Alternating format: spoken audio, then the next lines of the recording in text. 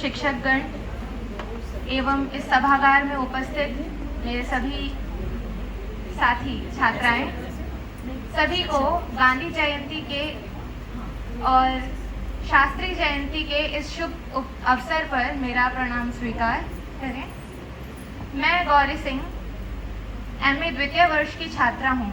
आज आप सभी के समक्ष श्रीमद् भागवत गीता के द्वितीय अध्याय के कुछ प्रसिद्ध श्लोकों का उच्चारण यहाँ पर कर रही हूँ।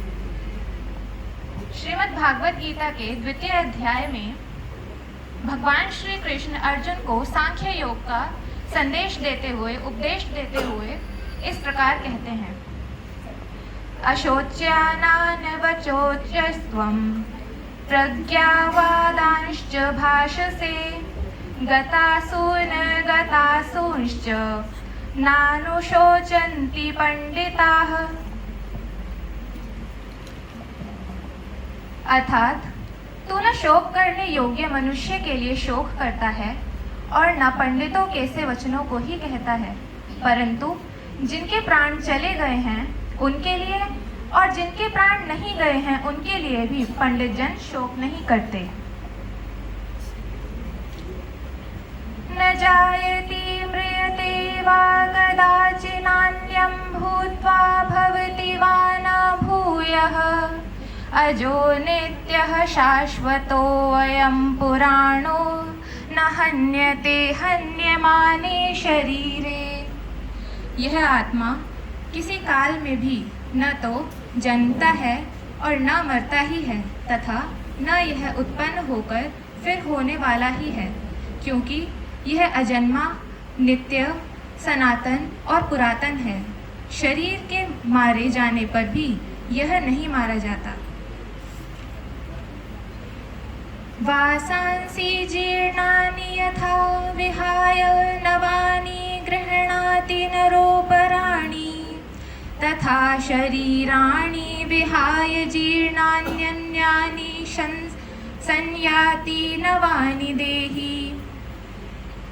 यदि तू कहे तो मैं तो शरीरों के वियोग का शोक करता हूँ, तो यह भी उचित नहीं है, क्योंकि जैसे मनुष्य पुराने वस्त्रों को त्याग कर दूसरे नए वस्त्रों को ग्रहण करता है, वैसे ही जीवात्मा पुराने शरीर को त्याग कर दूसरे नए शरीर को प्राप्त होता है।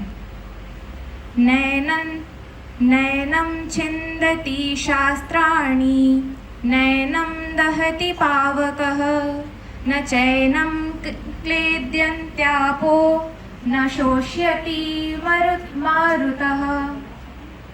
इस आत्मा को शस्त्र नहीं काट सकते, इसको आग नहीं जला सकती, इसको जल नहीं गला सकता और वायु नहीं सुखा सकती। जातस्य हि ध्रुवो मृत्युः ध्रुवं जन्म मृतस्य च तस्माद् परिहार्यर्थे न त्वं शोचितुमर्हसि।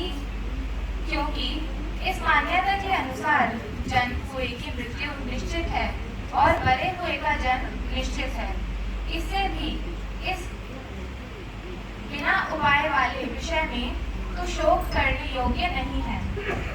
अव्यक्तादीनि भूतानि व्यक्तमध्यानि भारत अव्यक्तानि धानान्येव तत्र का परिदेवना। हे अर्जुन, संपूर्ण प्राणी जन्म से पहले अप्रकट थे और मरने के बाद भी अप्रकट हो जाने वाले हैं, केवल बीच में प्रकट हैं। फिर ऐसी स्थिति में क्या शोक करना।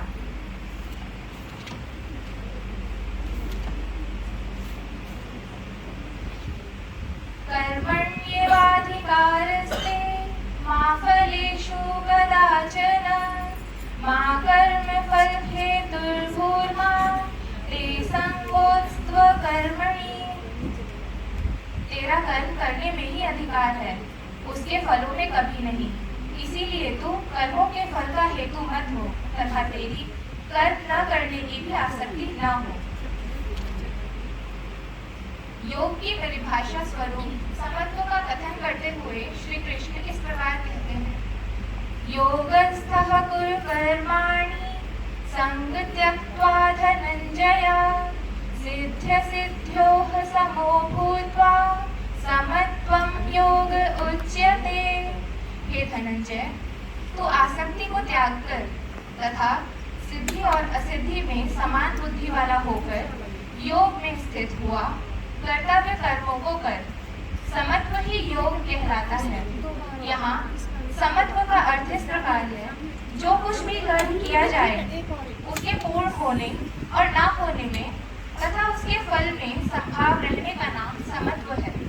धन्यवाद।